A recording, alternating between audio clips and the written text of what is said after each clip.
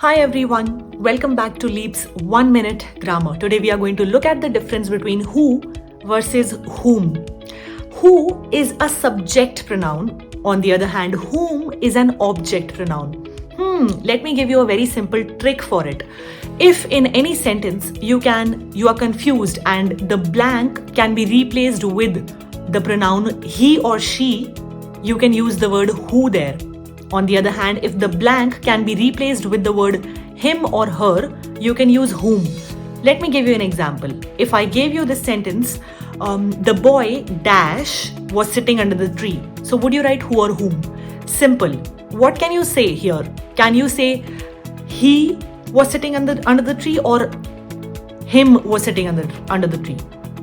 He, right? So because you can substitute the pronoun here with he or she, you can use the pronoun who here.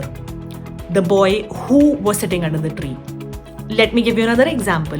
What about the sentence to who/whom were you talking? What if you're confused here? What would your answer be?